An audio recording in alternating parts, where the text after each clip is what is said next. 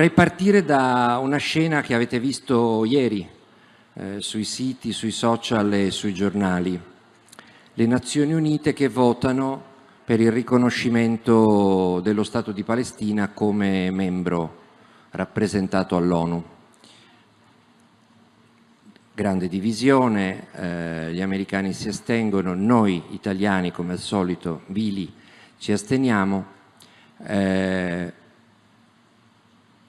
Il rappresentante di Israele con una tagliafogli, tagliacarta, distrugge la carta dell'ONU.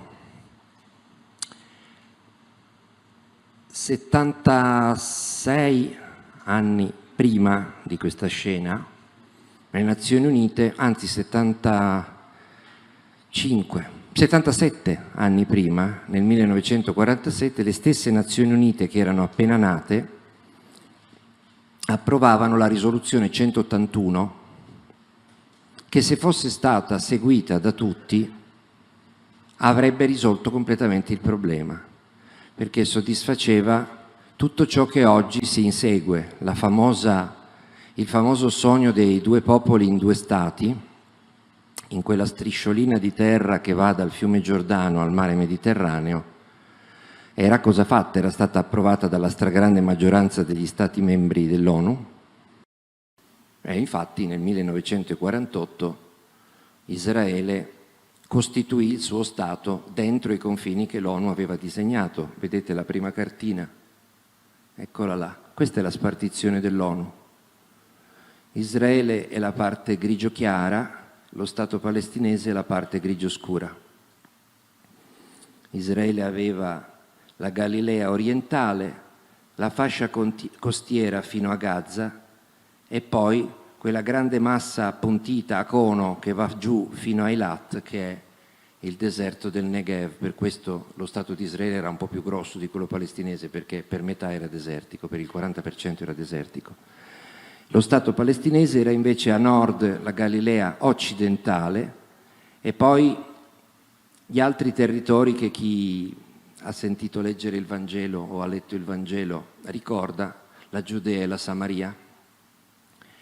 E poi c'è la striscia di Gaza con un prolungamento che va a infilarsi tra il deserto del Negev e il deserto del Sinai al confine con l'Egitto. Questo era lo Stato palestinese e lo Stato di Israele. Voi direte, ma perché 77 anni dopo siamo ancora qui a dire due popoli in due stati, se nel 1947 l'ONU aveva stabilito due popoli in due stati e li aveva anche disegnati? Ecco, se voi guardate questa cartina e la scena dell'altro giorno, capite che abbiamo perso quasi 80 anni. Sono 80 anni di occasioni mancate, 80 anni con centinaia di migliaia di morti, di una guerra che dura anche da prima, ma che nasce dal rifiuto arabo di quella spartizione.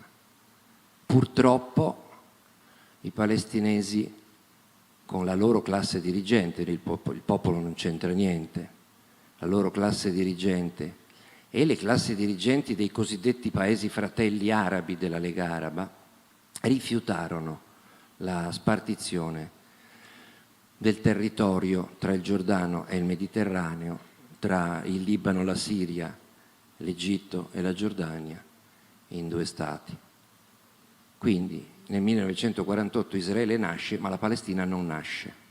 Non nasce perché a capo del movimento palestinese c'era un personaggio raccapricciante, il Gran Muftì di Gerusalemme, che era la massima autorità religioso-politica sunnita di Gerusalemme, della città santa, che era un grande fan di Hitler e un grande fan di Mussolini e che durante la guerra aveva reclutato le SS musulmane e che gli ebrei li voleva sterminare, tant'è che aveva addirittura progettato di avvelenare l'acquedotto di Tel Aviv inserendo del veleno nell'acqua per uccidere tutti gli ebrei di Tel Aviv. Il suo progetto era: vogliamo tutto, rifiutiamo la spartizione, vogliamo tutto, dal fiume al mare.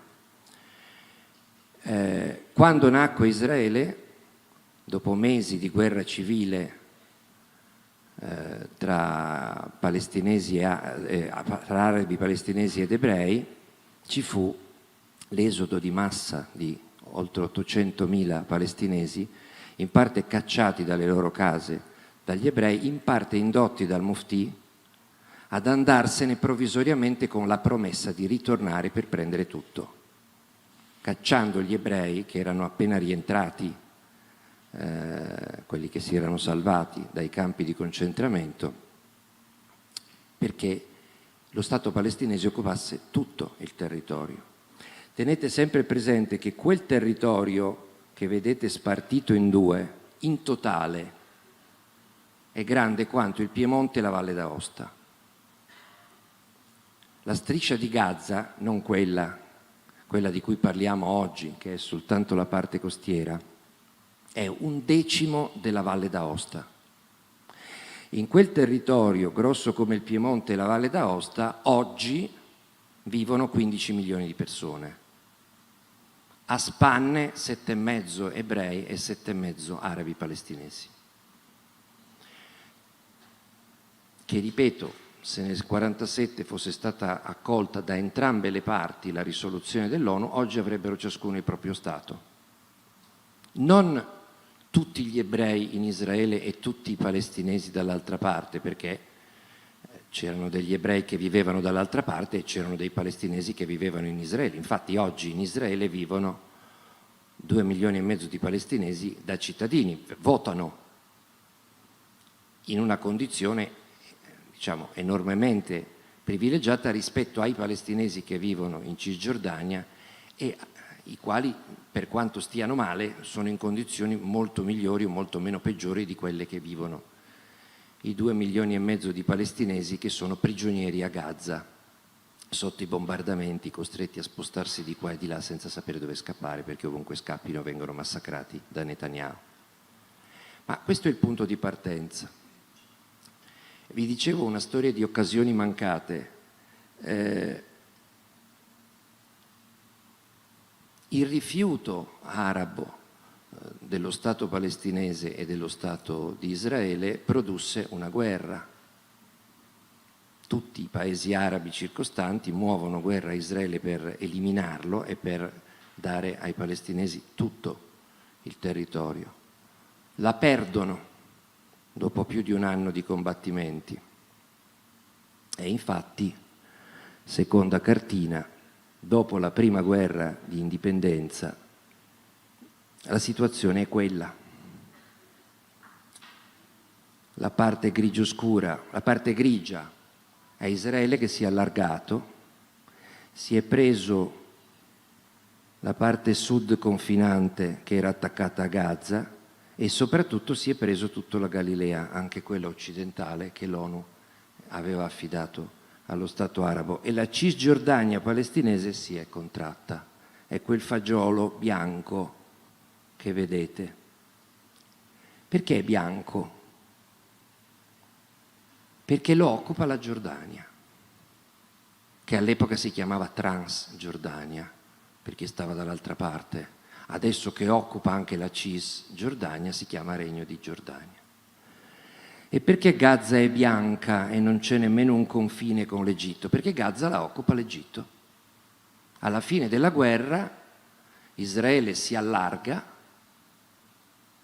e i territori rimasti tra quelli che l'ONU aveva assegnato allo Stato palestinese se li mangiano la Giordania e l'Egitto, due stati tra virgolette fratelli.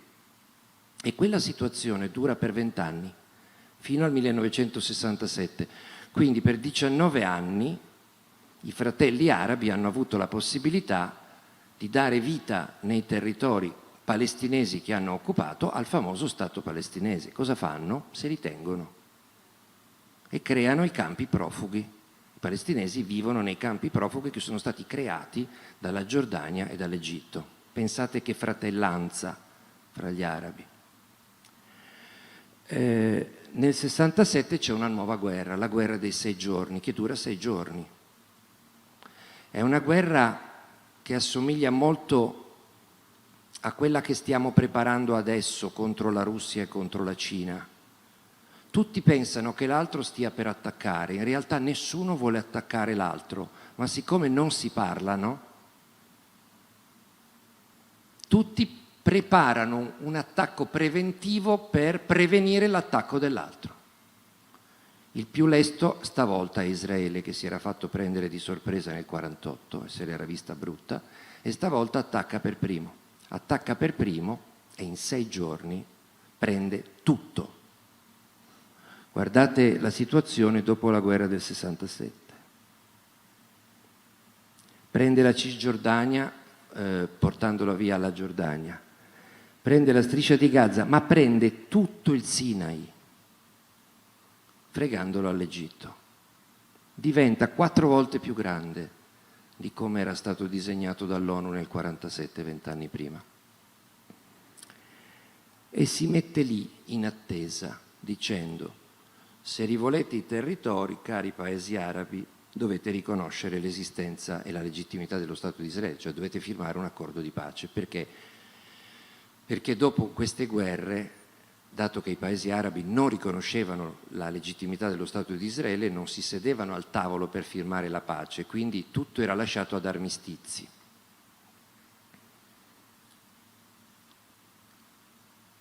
I paesi arabi rispondono: noi non ti riconosciamo e faremo un'altra guerra. E infatti nel 73 c'è la terza grande guerra, quarta se vogliamo contare quella del 56 di Suez, che però non aveva cambiato le cose.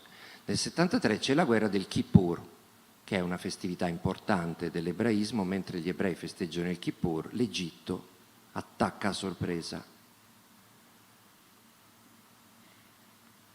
Attacca a sorpresa e Israele per i primi giorni se la vede veramente brutta, perché le busca di santa ragione.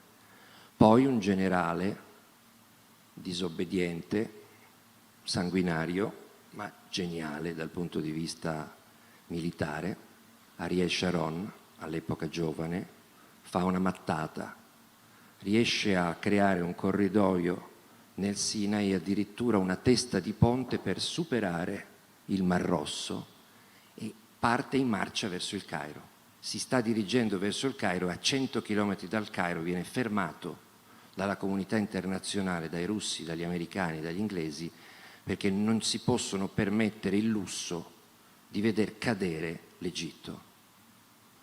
Nel frattempo l'esercito israeliano sta contrattaccando e sta per raggiungere anche Damasco.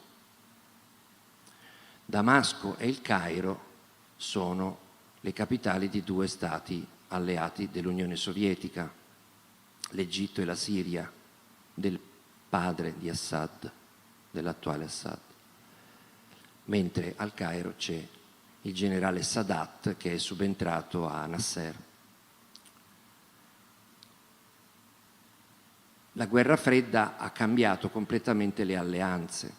Vi ho detto, quando nasce lo Stato di Israele nel 1948, il principale sponsor di Israele non sono gli Stati Uniti, è l'Unione Sovietica. Oggi è impossibile immaginarlo. Perché? Perché se Israele perde gli Stati Uniti è fritto, perché è la pedina occidentale dentro il mondo arabo. Quando è nato Israele era considerato il figlioccio dell'Unione Sovietica. Perché? Perché gran parte degli ebrei che erano scappati alla fine dell'Ottocento e nei primi 30 anni del Novecento venivano dalla Russia molto più grande di quella di oggi, anche dall'Ucraina. Scappavano dalle persecuzioni degli zar, dai pogrom degli zar. Pogrom che poi si sono estesi in tutta l'Europa centrale e occidentale. Il caso Dreyfus è un caso di esplosione di antisemitismo a Parigi, la Ville Lumière.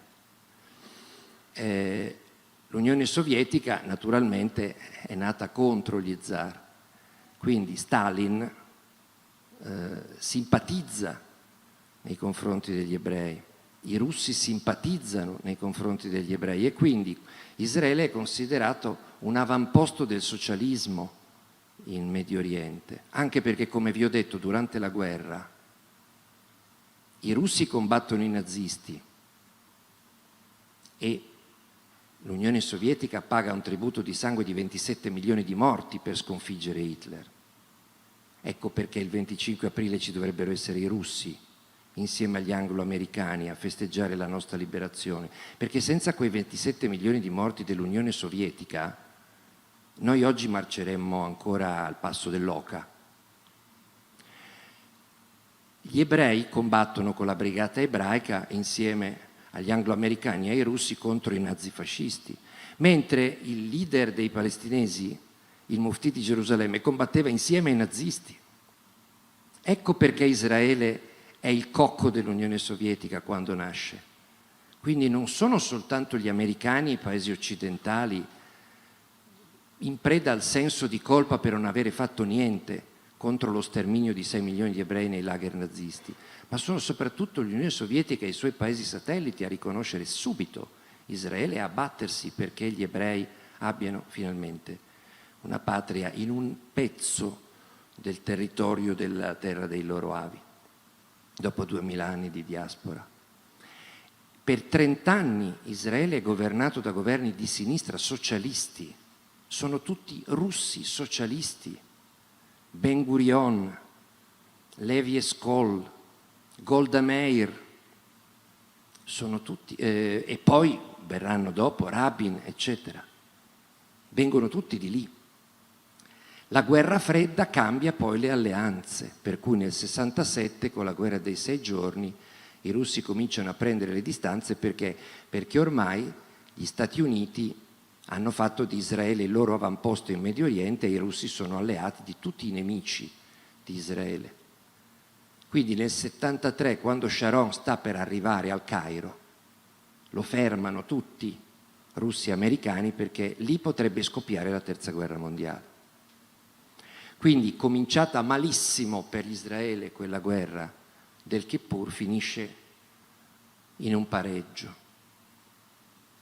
Finisce in un pareggio e sortisce un effetto miracoloso.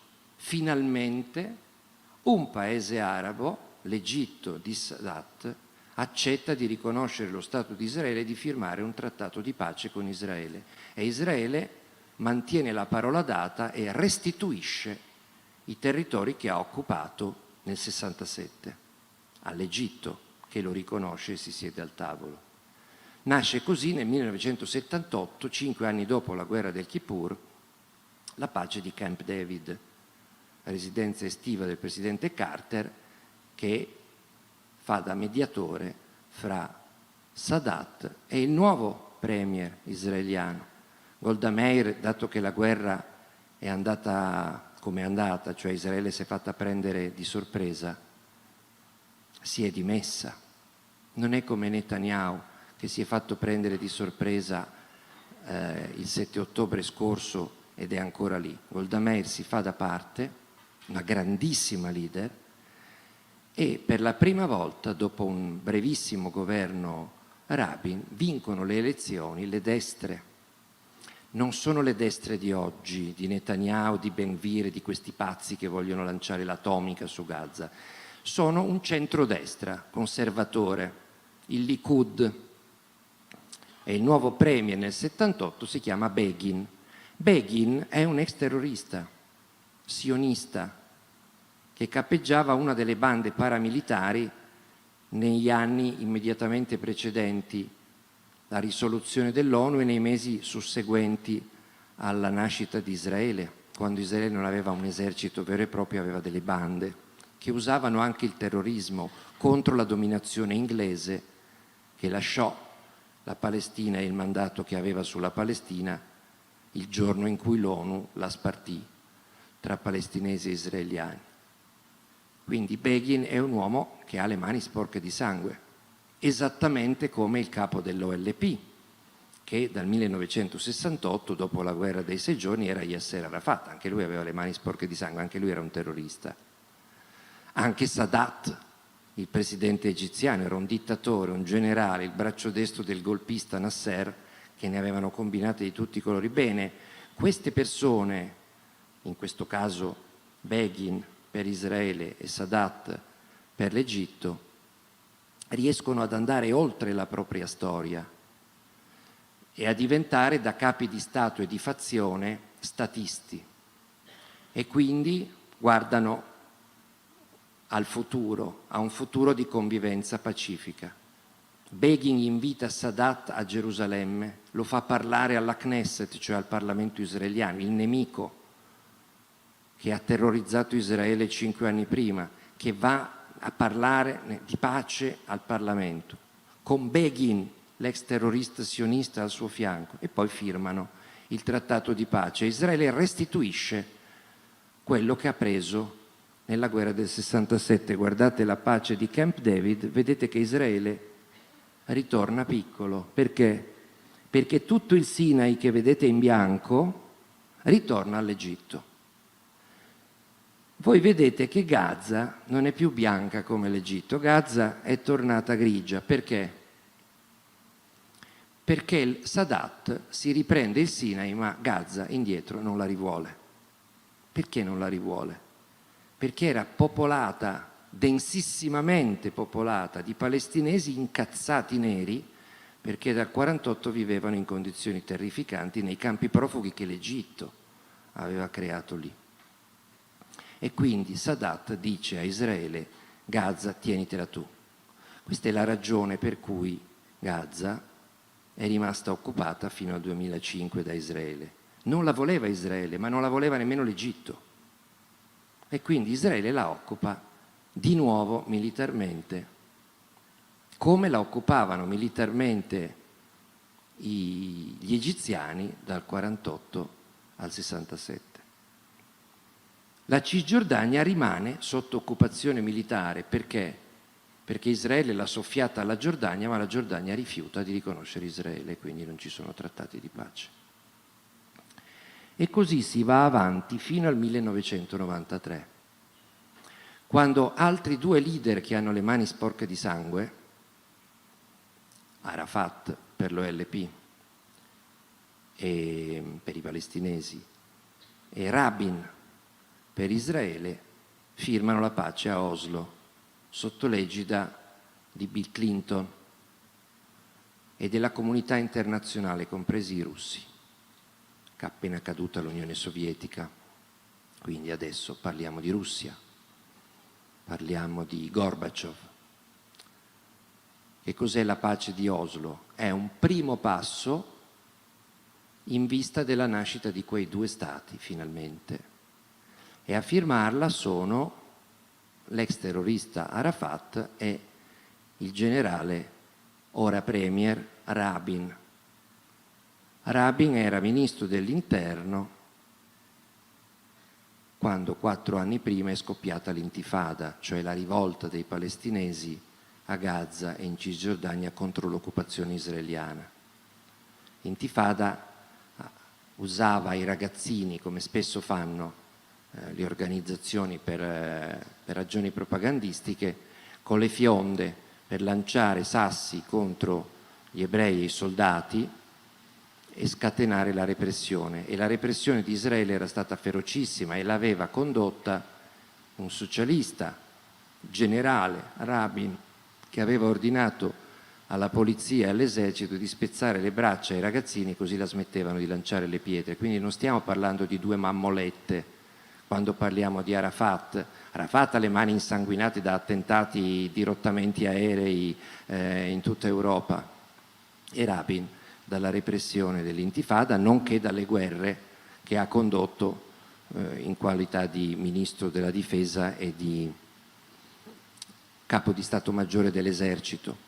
E anche loro però nel 93 riescono a elevarsi sopra se stessi e a guardare oltre a un futuro di convivenza, e infatti disegnano una mappa che è il primo passo verso la nascita, se mi mettete la cartina di Oslo, verso la nascita di uno Stato palestinese. È un gran casino. Perché? Perché Gaza Israele non vede l'ora di darla via, quindi la vedete, è già bianca, è già Stato palestinese per quanto riguarda il trattato di Oslo, mentre invece la Cisgiordania è incasinata. Perché? Perché da metà degli anni 70 in avanti Israele prima ha tollerato e poi ha autorizzato e poi ha addirittura incentivato i suoi coloni ad andare a colonizzare pezzi di Cisgiordania e anche di Gaza, costruendo insediamenti, prima palazzi, poi quartieri, poi intere città fortificate dentro i territori palestinesi, fortificati ovviamente perché i palestinesi non li vogliono e quindi li attaccano.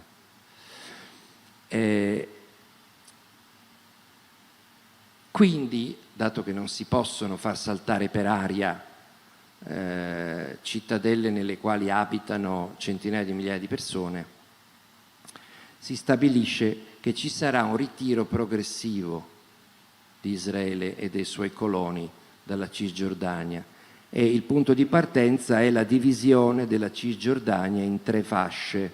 Quella bianca è autogovernata completamente dai palestinesi, che devono creare una autorità nazionale palestinese con un suo Parlamento e un suo governo con sede a Ramallah.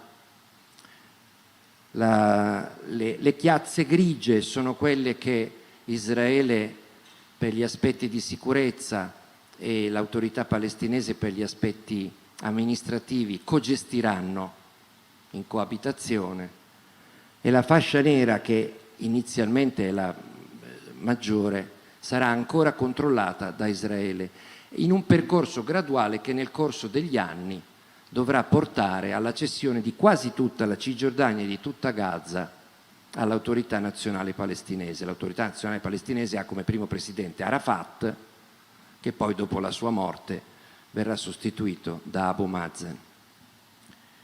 Questa è l'ennesima occasione perduta, perché questo percorso che parte nel 93 viene interrotto bruscamente nel 95 da un assassinio.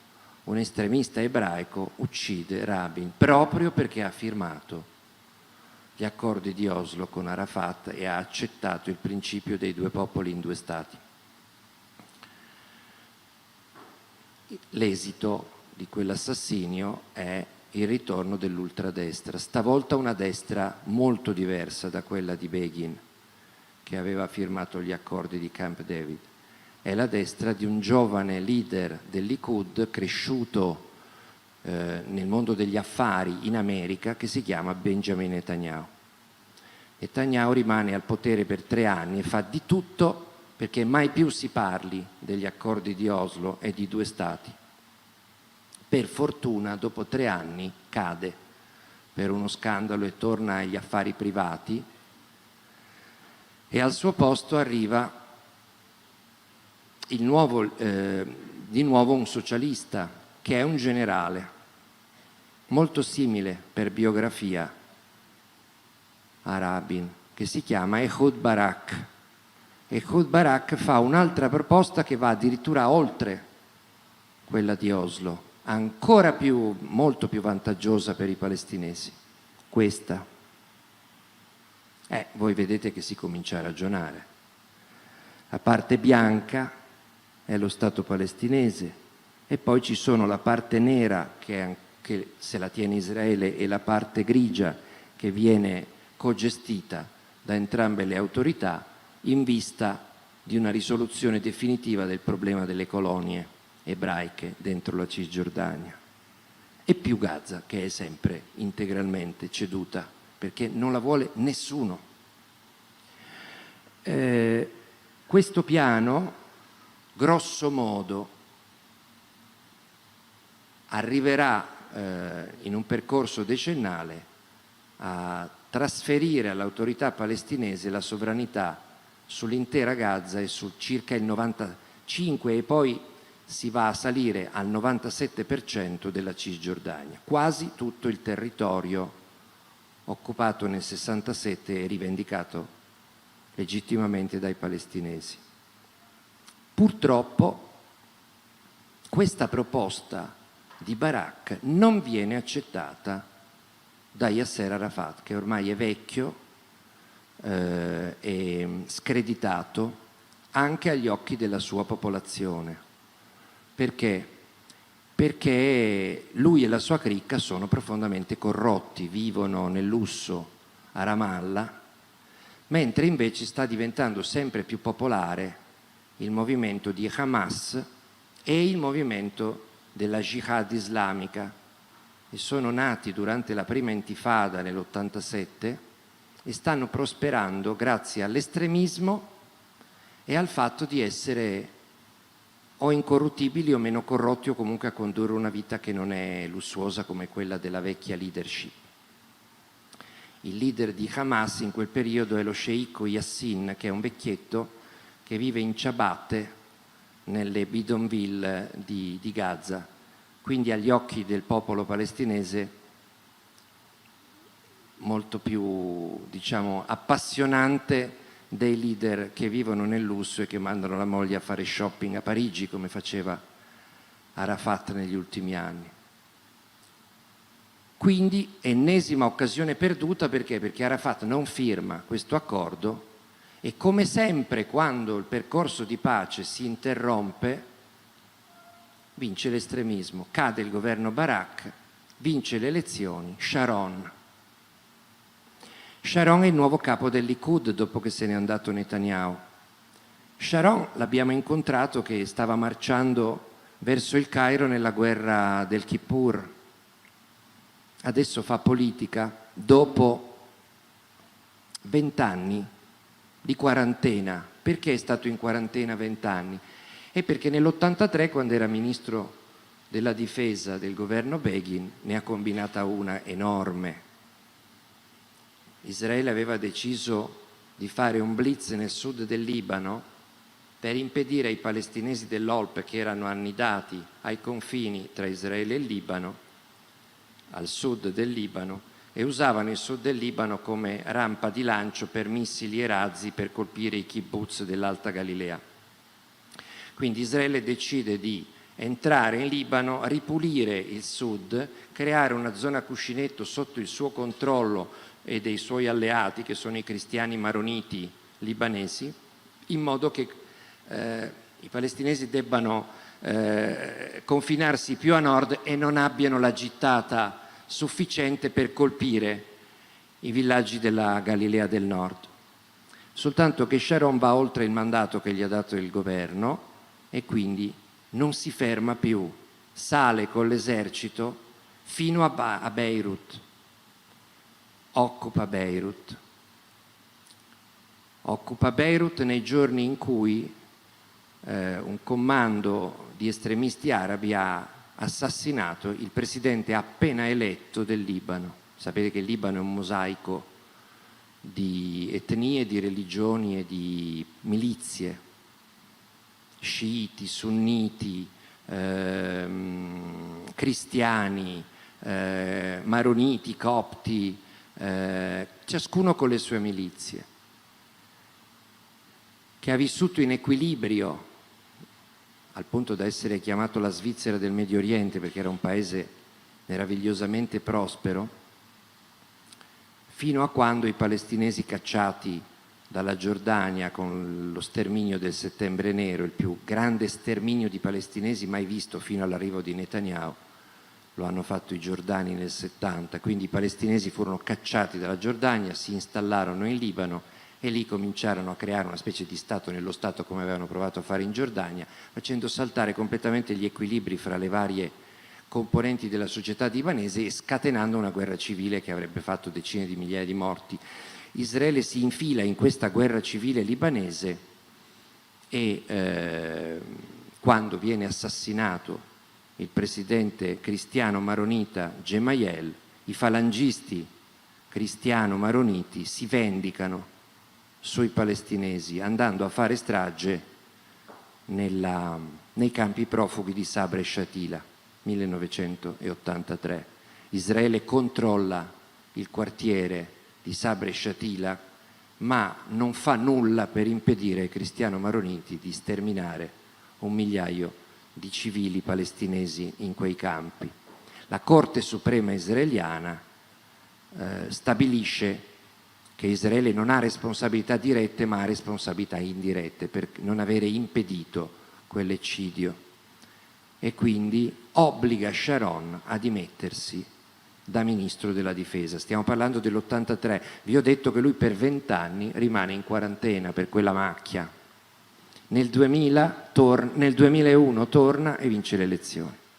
Diventa premier dopo aver fatto una provocazione delle sue, con tutta la sua scorta armata, è andato a passeggiare sulla spianata delle moschee, che è anche il luogo dove c'era il vecchio tempio distrutto dai Romani nel 70, però è un luogo sacro per tutte le religioni, e lui va lì ad affermare che lui lo può fare. Scatena così la seconda intifada, quindi quando Sharon vince le elezioni sembra che il percorso di pace sia definitivamente sepolto, cioè sembra che Sharon riprenda, rompa con il tentativo Barak e riprenda i 3 anni di Netanyahu che hanno cancellato completamente il percorso di pace di Oslo. Invece Sharon, incredibilmente, si rivela un'altra cosa. Capisce, anche lui elevandosi sopra se stesso e guardando verso il futuro, che Israele, per essere sicuro, deve essere più piccolo. Non lo fa per bontà, non è un buono, è un falco Sharon, ve l'ho detto. Lo fa perché è un realista, perché i numeri impongono la soluzione dei 2 stati. Mi spiego. I palestinesi fanno molti più figli degli ebrei israeliani. La situazione è quasi in equilibrio all'inizio degli anni 2000 nei territori e in Israele. Israele quindi occupa militarmente la Cisgiordania e Gaza, ma non le annette. Perché non le annette?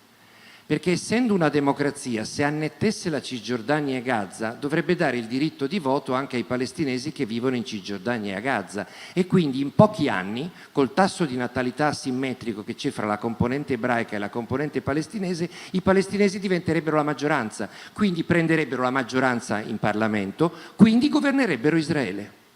Israele diventerebbe uno Stato governato da palestinesi.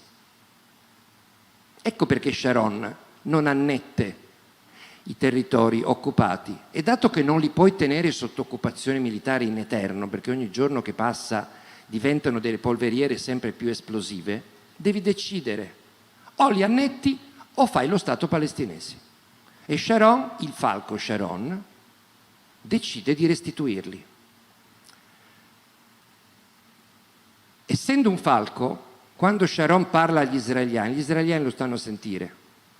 Se certe cose le dice una pappamolla, una mammoletta, gli israeliani hanno paura per la loro sicurezza, perché ve l'ho detto, l'idea di convivere con un altro Stato su un territorio così piccolo, in così tante persone, praticamente l'una sull'altra, o hai la garanzia che l'altro Stato non userà quel territorio che gli dai come rampa di lancio per tentare di nuovo di distruggerti per la 5ª volta, oppure non lo accetti. Se glielo dice Sharon con la sua storia, gli israeliani lo stanno a sentire, e Sharon riesce addirittura a far digerire agli israeliani il ritiro unilaterale da Gaza. Nel 2005 ritira l'esercito da Gaza, e quello non è difficile perché i militari obbediscono agli ordini, quindi se ne vanno in un giorno. Il problema è far ritirare i coloni, cioè quei cittadini ebrei che il governo ha incentivato, autorizzato o spinto ad andare ad abitare, a costruirsi delle case, dei quartieri, delle cittadelle dentro il territorio palestinese di Gaza. Sharon gli dice: ve ne dovete andare dalle vostre case. E quelli non se ne volevano andare, si incatenavano. Gli ha mandato le ruspe, i caterpillar e l'esercito per portarli via a forza. Una cosa che potevano accettare soltanto se gliela diceva Sharon. Naturalmente Netanyahu ritorna in politica dentro il partito di Sharon, che è il Likud, per opporsi a questa svolta. Diventa il capo dell'opposizione interna e Sharon sbatte la porta del Likud e lascia il partito. E ne fonda uno nuovo di centro che si chiama Kadima, Avanti, al quale aderisce Shimon Peres, che è il socialista colomba che ha fatto anche lui insieme a Rabin gli accordi di Oslo e perché per questo è stato insignito del Nobel per la pace insieme ad Arafat e insieme a Rabin. Però non è un generale, è un politico e quindi non è mai diventato popolarissimo perché non ha combattuto. Bene, la colomba Shimon Peres e il falco Ariel Sharon si ritrovano nello stesso partito nuovo, Kadima. Il problema qual è? È che purtroppo Sharon alla fine dell'anno, pochi mesi dopo aver condotto il ritiro drammatico da Gaza, viene colpito da ictus, rimane 8 anni in stato vegetativo in ospedale e quindi viene sostituito dal suo vice che è Ehud Olmert, l'ex sindaco di Gerusalemme, che prosegue sulla strada tracciata da Sharon e inizia a fare una serie di negoziati, decine e decine di incontri a casa sua a Gerusalemme con il nuovo capo dell'autorità nazionale palestinese, che è Abu Mazen, per tracciare i confini precisi di quello che dovrà essere finalmente lo Stato palestinese. Tra il 2007 e il 2008 si tengono decine di incontri fra i due e i loro esperti di idrografia, esperti di geografia, di cartografia, per dettagliare al centimetro quadrato i confini, fino a quando, e siamo all'ultima cartina, nel 2008 Olmert srotola davanti a Abu Mazen e alla sua delegazione una mappa nella quale si vede il nuovo Stato palestinese. È quello bianco, che ha una continuità territoriale con Gaza costituita da un'autostrada neutrale, percorribile da tutti, senza esercito. Voi vedete che ci sono degli schizzetti neri, che sono le zone più densamente colonizzate dagli ebrei, che è impossibile abbattere, sono delle città. Come compensare questi territori che Israele terrà per sé? Dandone ai palestinesi degli altri che appartengono a Israele fin dal 1947, al confine sud, al confine est, al confine nord e, come abbiamo detto, tutta Gaza. Il totale dei territori che Olmert si impegna a consegnare, a restituire ai palestinesi è il 101% di quello che i palestinesi rivendicano, più del 100% con le compensazioni.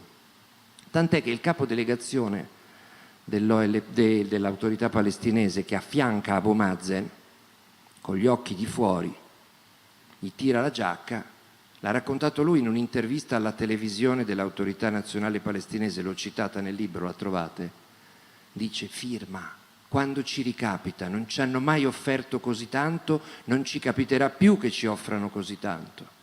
E Abu Mazen, incredibilmente, non firma, rinvia ad altra data, non si fa trovare e nel frattempo anche quel treno passa, perché cade il governo Olmert per uno scandalo finanziario, nel 2009 si vota, vince il partito Kadima, il nuovo leader è una donna, si chiama Tzipi Livni,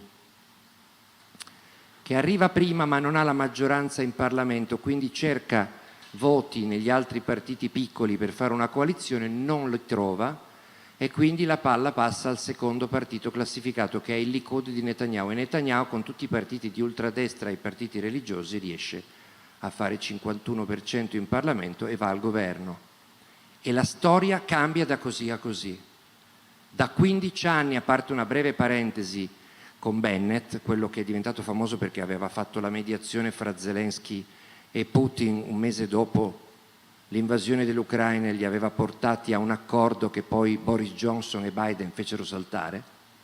A parte quella breve parentesi di Bennett, da 15 anni Netanyahu ha praticamente sequestrato il cuore e la testa degli israeliani, illudendo la maggioranza di loro che la strada sbagliata fosse quella perseguita da Begin, da Rabin, da Shimon Peres, persino da Sharon, da Olmert e che quella giusta sia la sua. Il problema palestinese si risolve non parlandone, ignorandolo, nascondendo sotto il tappeto 7 milioni e mezzo di persone che vivono in parte in Israele e quelle, diciamo, non hanno problemi, in parte in Cisgiordania e in parte a Gaza. Teorizza addirittura che bisogna rafforzare Hamas, perché anche Hamas, come lui, non vuole il negoziato. Quindi se Hamas vince e Abu Mazen perde, il tavolo resta deserto. I palestinesi continueranno a urlare che vogliono tutto, dal fiume al mare, e a Israele va benissimo. Perché? Perché Netanyahu non vuole dargli nemmeno tanto così. Lo dice: noi appicchiamo il fuoco e controlliamo l'altezza delle fiamme. Sembra che quella strategia funzioni, anche perché nel 2006, prima che Olmert facesse l'ultima proposta, quando già governava mentre Sharon era entrato in coma, si erano tenute le elezioni, forse le uniche elezioni veramente complete tra i palestinesi della Cisgiordania e i palestinesi di Gaza per il nuovo Parlamento dell'Autorità Nazionale Palestinese. Ed era successa una cosa incredibile nel 2006, sempre nell'ambito di quell'ottica dei due popoli, due stati che addirittura Sharon aveva cominciato a imporre con il ritiro da Gaza. Ritiro, non vi ho detto, ritiro dei militari e dei civili, ma Gaza fu cinturata ai confini in maniera asfissiante, perché a Gaza arrivavano le armi ovviamente per i terroristi di Hamas, ma arrivavano anche finanziamenti eccetera, e soprattutto c'era un controllo asfissiante dal cielo, dal mare e dalla terra. Quando si vota, Abu Mazen, istigato dalla comunità internazionale, invita Hamas a presentarsi alle elezioni.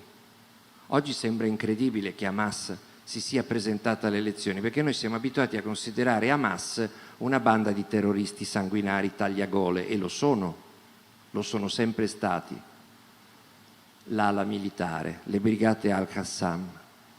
Ma c'è anche un'ala politica che ha amministrato e governato e costruito scuole, ospedali, università, distribuito sussidi. Così si è conquistato una base di consenso Hamas, non solo con attentati kamikaze, anche facendo politica.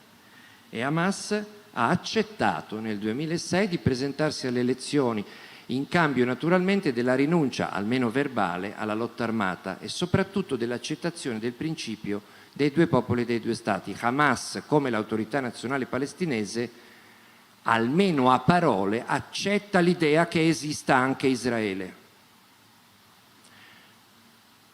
È per questo che Hamas vince le elezioni, sconfiggendo la vecchia leadership di Abu Mazen nel 2006, perché sono meno corrotti e perché hanno accettato il realismo, cioè il principio dei due popoli e dei due stati.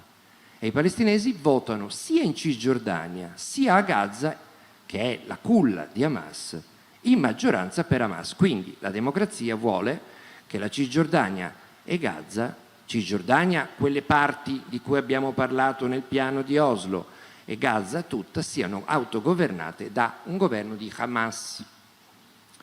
Che cosa fa l'Occidente a questo punto, dato che ha vinto quel partito sbagliato nell'ottica nostra? Inizia un boicottaggio economico contro Gaza. Praticamente gli abbiamo tagliato i viveri, e quelli chi avevano come elargitori di sussidi, di posti di lavoro e di generi alimentari? Avevano Hamas con i soldi del Qatar. E quindi la solita astuzia dell'Occidente, che fa le sanzioni contro Gaza che colpiscono la popolazione e favoriscono Hamas, che diventa ancora più popolare proprio perché in una striscia già ridotta ai minimi termini e affamata dalle sanzioni Gli unici che danno lavoro, gli unici che danno pane e gli unici che danno medicinali sono quelli di Hamas.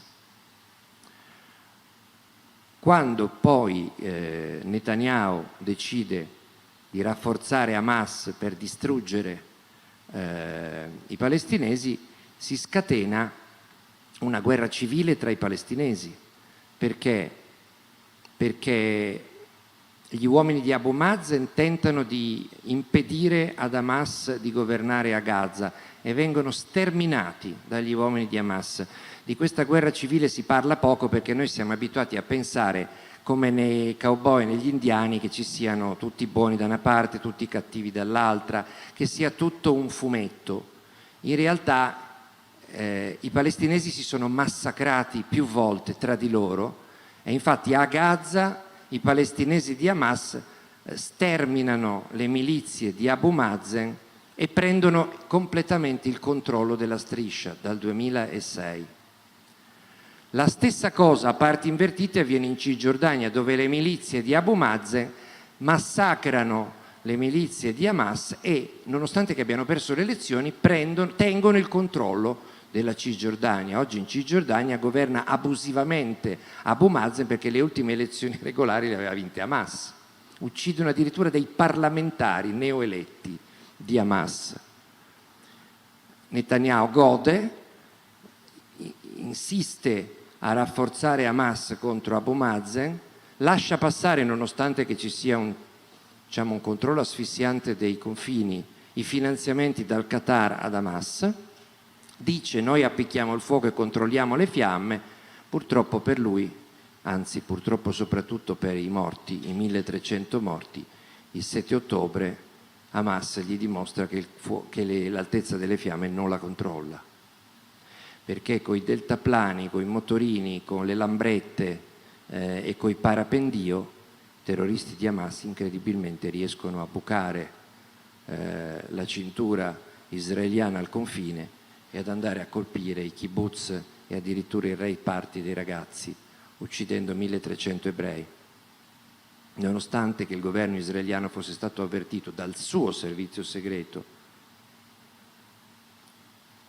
dai servizi segreti egiziani e dai servizi segreti americani, che da mesi Hamas preparava qualcosa di analogo, l'allarme è stato completamente ignorato.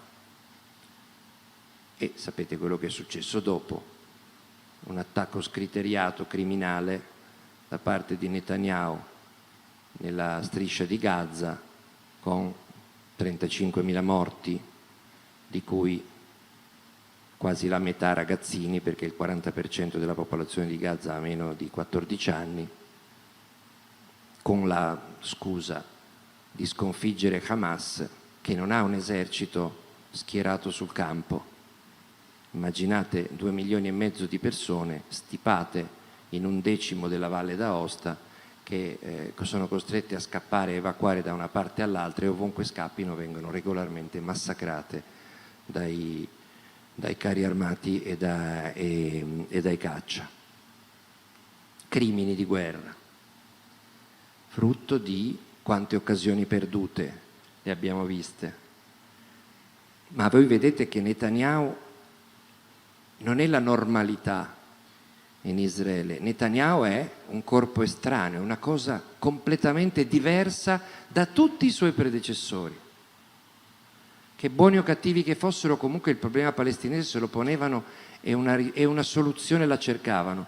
Lui non la cerca perché è convinto che il problema si risolve da solo. Non ha mai spiegato come.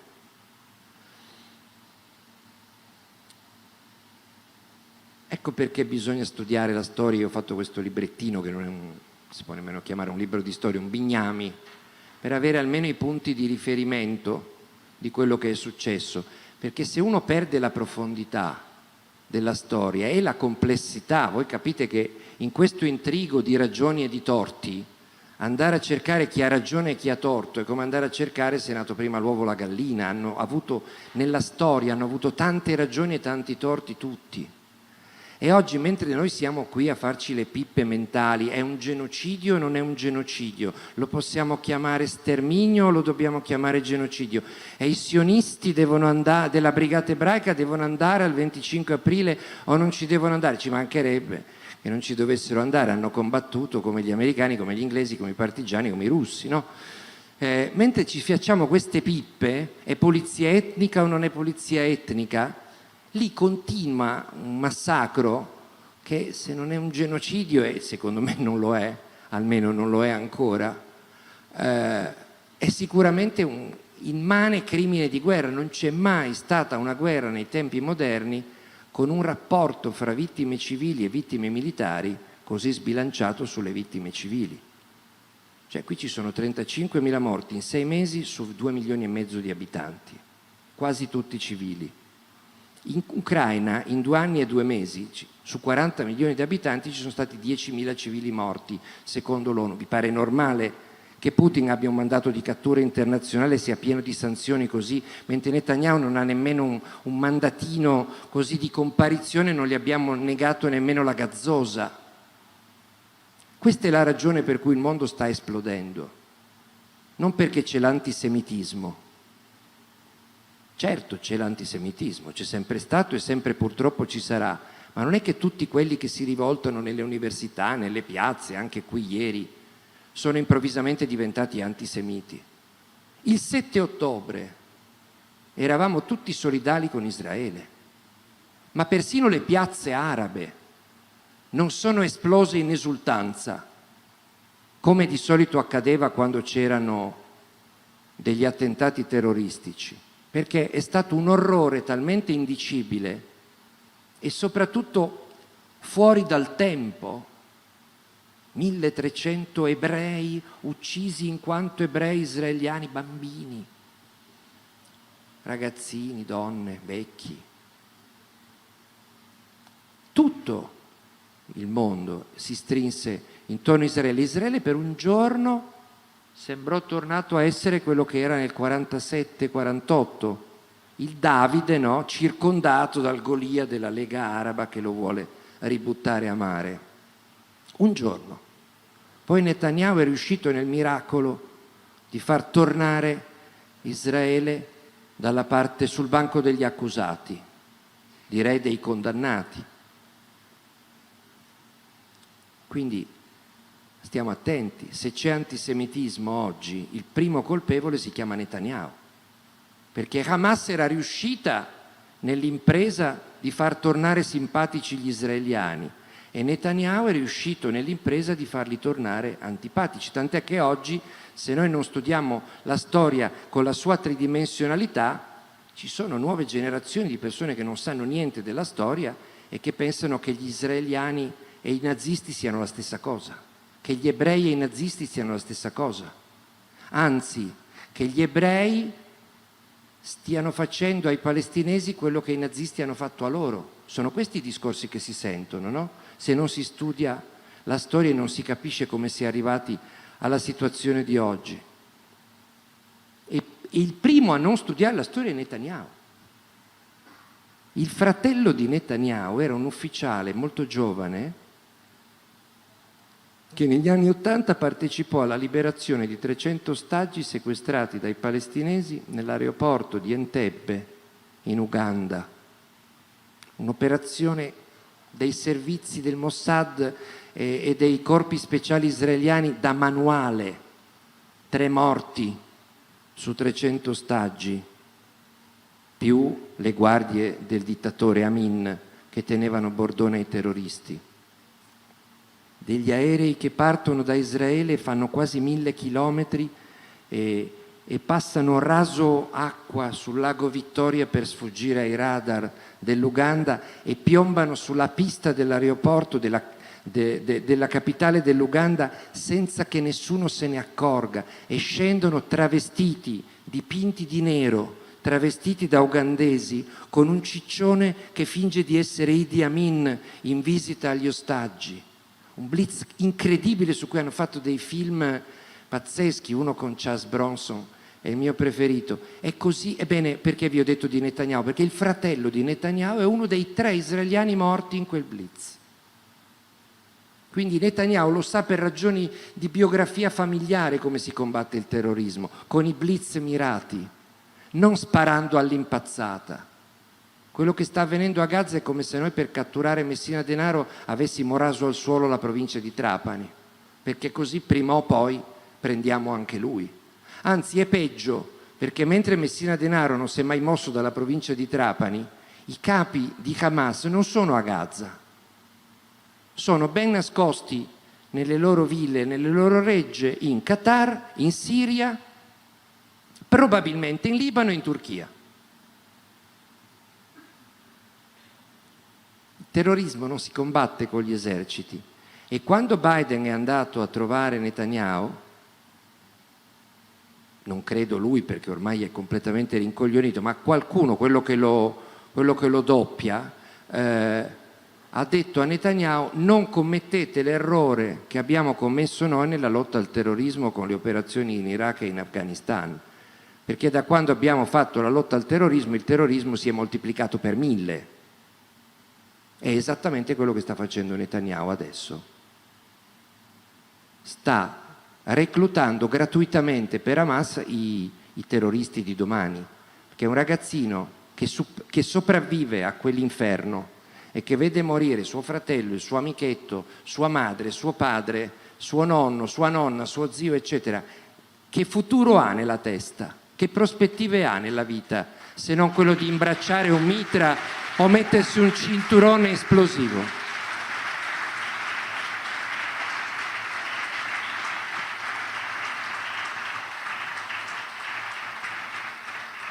Devo concludere perché il tempo è scaduto, ma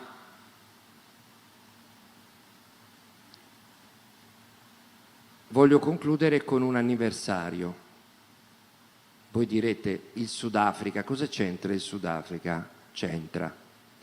30 anni fa, a ieri, si insediava alla presidenza del Sudafrica Nelson Mandela. Nelson Mandela era un terrorista. Era stato in galera perché aveva sulla coscienza la morte di tante persone bianche. Li uccidevano con il collarino gli estremisti neri, gli mettevano un vecchio copertone intorno al collo, lo cospargevano di benzina e poi lo incendiavano. Ha fatto un sacco di anni di galera e poi chi lo ha tirato fuori? Il presidente bianco boero. I boeri sono gli olandesi che hanno colonizzato il Sudafrica per secoli, no? E che hanno governato fino al 94. Anche de Klerk aveva le mani sporche di sangue come Mandela. Rappresentava il razzismo dell'apartheid. Il privilegio del 20% della popolazione bianca che segregava e emarginava l'80% della popolazione nera. A un certo punto anche loro, come tutti gli statisti che abbiamo visto, che avevano tutti le mani sporche di sangue tra Israele e Palestina, hanno fatto un salto oltre se stessi, come il barone di Munchausen, che si tira fuori dalla palude prendendosi per i capelli da solo. Ecco, anche loro fanno un salto oltre se stessi e diventano da uomini di fazione, incattiviti e incarogniti, a uomini di Stato, e capiscono che la situazione in Sudafrica, con tutti i macigni che hanno ereditato dalla storia della colonizzazione, della segregazione, delle persecuzioni, dell'apartheid, delle risposte del terrorismo nero, non ne esce se non con un compromesso. O bagno di sangue, l'80% dei neri fanno fuori il 20% dei bianchi e i bianchi chiamano i loro alleati per cercare di salvarsi la pelle. Così poteva finire. Molti pensavano che in Sudafrica fosse destinato a un bagno di sangue. E invece, con un'autorità religiosa, il vescovo anglicano Desmond Tutu, si procede a una pacificazione che è una specie di amnistia condizionata alla confessione. I segregazionisti bianchi e i terroristi neri sfilano davanti a una commissione per dire quello che hanno fatto in cambio dell'impunità. Si tira una riga, si volta pagina e che cosa succede? Mandela esce di galera e viene eletto presidente del Sudafrica, il primo presidente nero. De Klerk, che è l'ultimo presidente bianco, diventa il suo vicepresidente. Nella cerimonia che si è tenuta 30 anni fa, a ieri, di insediamento di Mandela, ci sono i filmati. Gli altoparlanti trasmettono il nuovo inno del Sudafrica, il Sudafrica cosiddetto arcobaleno, multirazziale, e tutti applaudono. Poi gli altoparlanti trasmettono l'inno boero, l'inno del Sudafrica segregazionista, e tutti i neri fischiano. E il vescovo Tutu, nero come la pece, dice: fermi, non si fischia l'inno dei boeri, perché anche questa è la nostra storia. E i fischi si interrompono. E il Sudafrica da 30 anni ha 1000 problemi, perché non è che le diseguaglianze si appianano in 30 anni, ha 1000 problemi, ma non c'è più apartheid e non c'è stato il bagno di sangue, perché la fortuna del Sudafrica è stata quella di incontrare 3 statisti, 3 persone che non lo erano ma lo sono diventate: De Klerk, Mandela e Tutu. Vedete statisti oggi in giro in Israele, tra i palestinesi? Sì, c'è questo rincoglionito di Biden che vuole prendere un rincoglionito che si chiama Abu Mazen, a 88 anni, paracadutarlo a Gaza, così il problema è risolto. A Gaza Abu Mazen dura quanto un gatto in tangenziale, Hamas lo fa secco in 3 secondi. È ovvio che non è così, che si prende tutto il dentifricio che è uscito dal tubetto in questi 100 anni di occasioni mancate e lo si rimette dentro il tubetto. Per rimettere dentro quel dentifricio al tubetto ci vogliono fior di statisti. Io non so se stanno all'asilo, se stanno alle scuole elementari, certamente non si vedono né sul fronte palestinese né sul fronte israeliano né in Unione Europea, dove vedete che ci sono questi miserabili vermi che ci stanno semplicemente trainando per inerzia verso la terza guerra mondiale.